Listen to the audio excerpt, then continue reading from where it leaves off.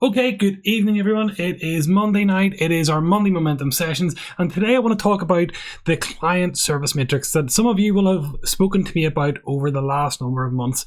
And for me, I really want to give you guys the best and easiest opportunity to sell more right this second to your current clients, and also to build a plan that will help you sell more strategically to your existing clients to make sure that they are in your ecosystem for longer and that you're maximizing the lifetime value per client. So today is all about the client service matrix. Now, this is really simple. It's a really simple process. It's something that the majority of you will be able to do in minutes, if not hours, and certainly plan for it anyway, and then build a plan to do this regularly, to go through each of your clients and figure out what you're missing, what opportunities there are to sell more to them. So what I'm going to do now is just hop into the client service matrix that I have created. Let me just remove this logo. Okay. So what we're going to do then is we're going to look at our client service matrix. Now, I have this document linked below so that you guys can just copy it yourselves and bring it into your own business. On the left-hand column, as you can see, there is the little client name, and this is where you're going to list out all of your clients. Now, you might want to do this for your top 20, top 30 clients. You might not want to do this for everyone. That is totally fine. But what I suggest you do is you build this list out to be as extensive as your resources will allow for. So what I would do personally is I would look at my top 10 clients immediately, go to your Zero account, download your P&L, see who your top spending clients are over the last year, and then add them in, and just keep going through that list until you've exhausted all of the opportunity or your free time. Then what I do along the left hand side, along the top columns here, the rest of them, is add in the services that we offer. So the client down here, the service over here, the client service matrix. Makes it nice and simple. And what I want you to do is to spend some time looking at each of the clients that you have and each of the services that they buy from you right this second. So for example, if I was a design agency, I would be first looking at graphic design, branding, if we do any social media activity, things like that. So I would just list all our key services along the top here. And the reason we do that is that, and I'll tell you a little story first. The week I left Kaizen, we had a client who was a long-standing client of the business, maybe 6 or 7 years, who came to me to show me their new branding to get some stationery printed. And I was explaining to them that we also did branding, and they did not know. Now, we were very aggressive with our marketing for the longest time, and even still, some people were missed when it came to understanding what we actually did as a business. So they didn't see the whole business. They just saw the print that they'd used originally, and that was pretty much it. So you cannot market enough to your clients, because some people will miss some of your marketing, others will see others, and others will just not know that you do that service. So our job as the business owners is to figure this out and to make sure that we give ourselves the best opportunity to sell the full breadth of our services, not just what the customer had come to us for the first instance. So when I look at this, and I want you to list your key services along the top. What is it that you sell as primary service first and foremost?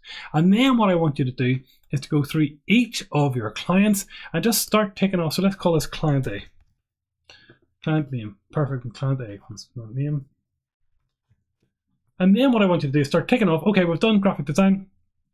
We did their brand. We managed their ads. Okay. Very quickly, in this matrix, you're going to start seeing gaps. And those gaps are the opportunity.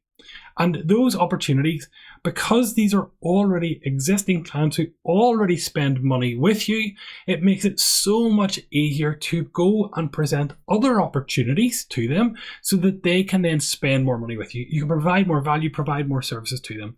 Now, some of this will come down to, okay, well, they've already got their website done elsewhere. You need to make a judgment call on everything. But in my opinion, if it's not something they get elsewhere, or it's something we can do better, something we have great experience in, I would always give the client the opportunity to make their own informed decision, because They might not even know you provide that service, digital marketing, for example. They might not know you provide branding at that level, or they might not have seen the experience that you had because they come to you for print or for social media graphics, and they just expect that's all you do. So it's our job to educate and inform them as much as possible.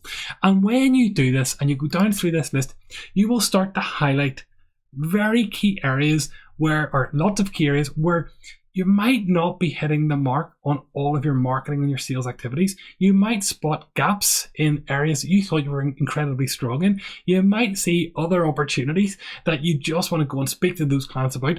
And we would have done this regularly enough, so at least once every quarter or once every 6 months, where we'd have gone through our top clients and just looked at them with objectivity and said, okay, we do not do this service for that client, let's go and have a chat with them.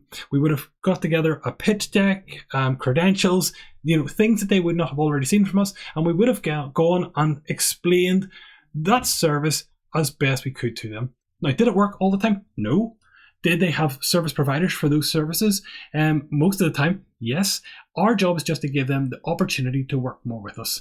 And when you do this, because these clients are so close to you already, you will find it much quicker getting the business. You will find it a bit harder to educate them on services they don't already get, but you might find it much better and easier to get more work immediately.